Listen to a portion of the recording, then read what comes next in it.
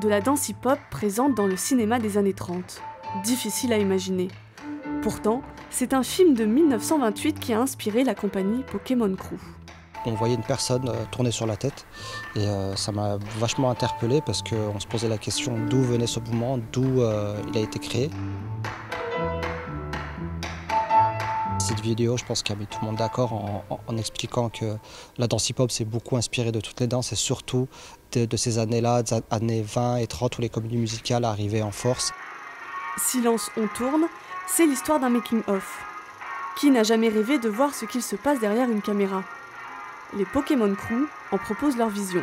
On a imaginé un temps pendant le tournage d'un film.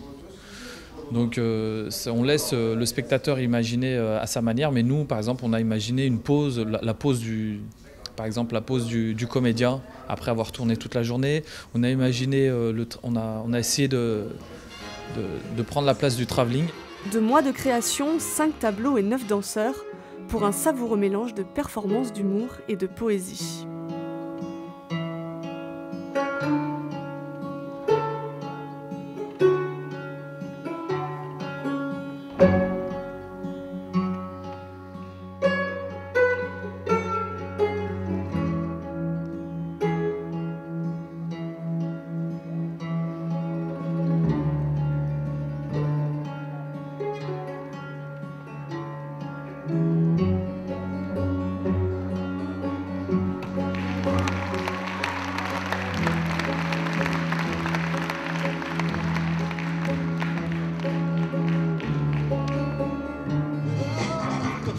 Les Pokémon Crew, c'est aussi une histoire de rue, de battle.